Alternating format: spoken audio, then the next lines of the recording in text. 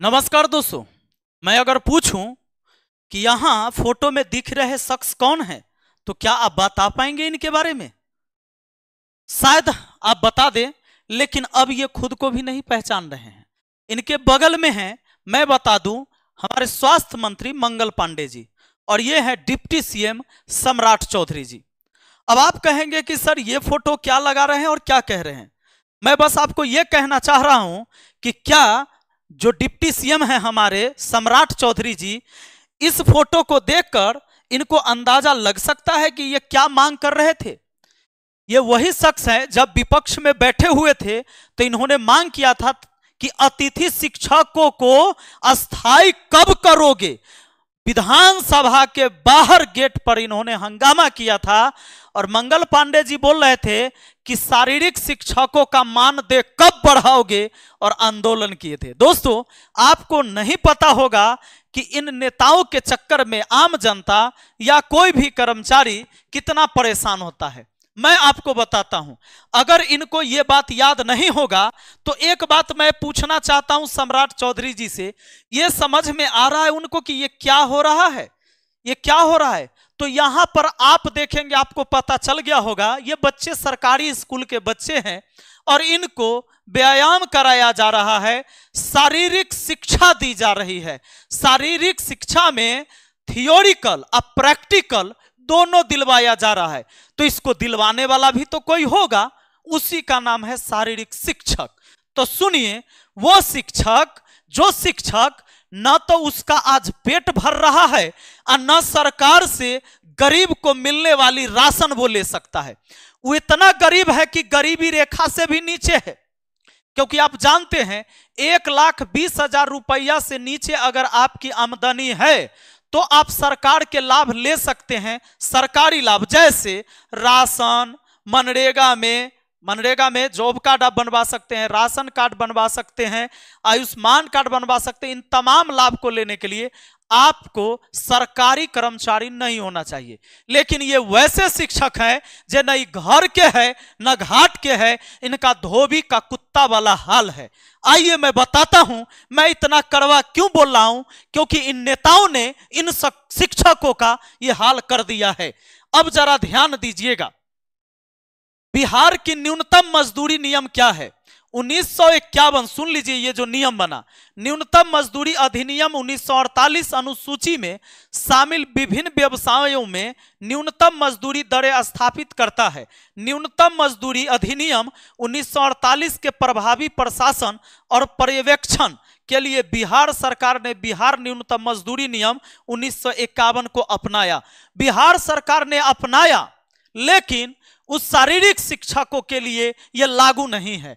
आइए, मजदूरी की कुल दरें इस प्रकार है। अगर आप अकुशल मजदूर हैं तो आपकी मजदूरी कम से कम 410 रुपया प्रतिदिन होनी चाहिए। अर्धकुशल को 426 रुपया, कुशल को 519 रुपया, अत्यधिक कुशल है तो 634 रुपया, यह प्रतिदिन का मजदूरी है। पर दोस्तों, आपको पता है कि ये जो शारीरिक शिक्षक है, जो शिक्षक स्कूल में आपके बच्चों को व्यायाम करवाते हैं, और सिर्फ उनको मैदान में ही नहीं, उनकी थियोरिकल चीज भी उनको क्लासरूम में बताना है कि कैसे अपने आप को साफ सुथरा रखना है, कैसे अपने आप को स्वस्थ रखना है, इनको पढ़ाना है, ये शिक्षा देते हैं।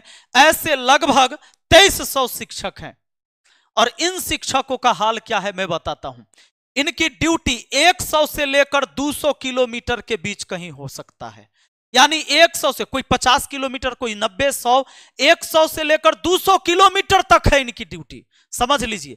अब इनके साथ स्थिति ये है, इनके साथ स्थिति जो है वो मैं अभी आपको बयां करूंगा। इसमें आ जाइए, इनकी जो सैलरी है 8,000 रुपया प्रति माह। अब जरा ध्यान दीजिए, कटिहार के सांसद कार्यालय में शारीरिक शिक्षक एवं स्वास्थ्य अनुदेशकों ने लोकसभा सांसद डॉक्टर दुलाल चंद्र गोस्वामी को वेतन विसंगति सुधार के लिए आवेदन दिया।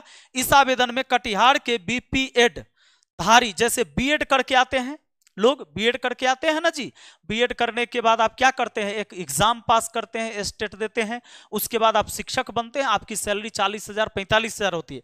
उसी तरह ये बीपीएड कर धारी है, STT पास हैं, शारीरिक शिक्षा एवं स्वास्थ्य अनुदेशकों को मासिक वेतन मात्र 8,000 रुपए है।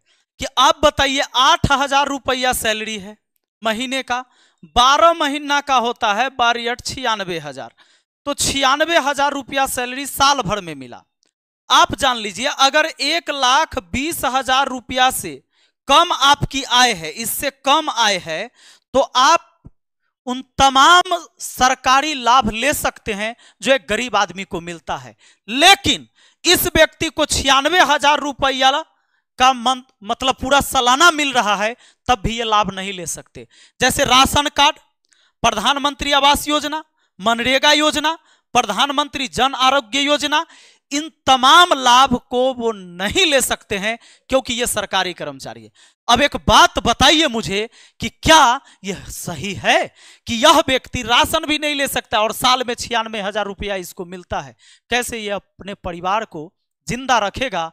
और हाँ, यही लोग कहते हैं ना कि पुरानी परंपराओं को आगे बढ़ाना है, योग को आगे बढ़ाना है। शारीरिक शिक्षक के बारे में योगा दिवस में बड़ी बड़ी फोटो खिंचवा के होर्डिंग लगाते हैं ना हमारे माननीय प्रधानमंत्री जी, अब पूरे देश को जागरूक करते हैं।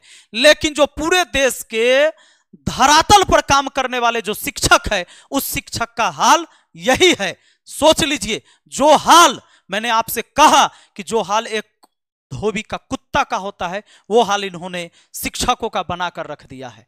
ये कहीं का नहीं है, ना बेचारा ही गरीब रह गया है और न ही अपना पेट पालने तक के भी रह गया है। ऐसी स्थिति इन लोगों ने बनाकर रख दी है।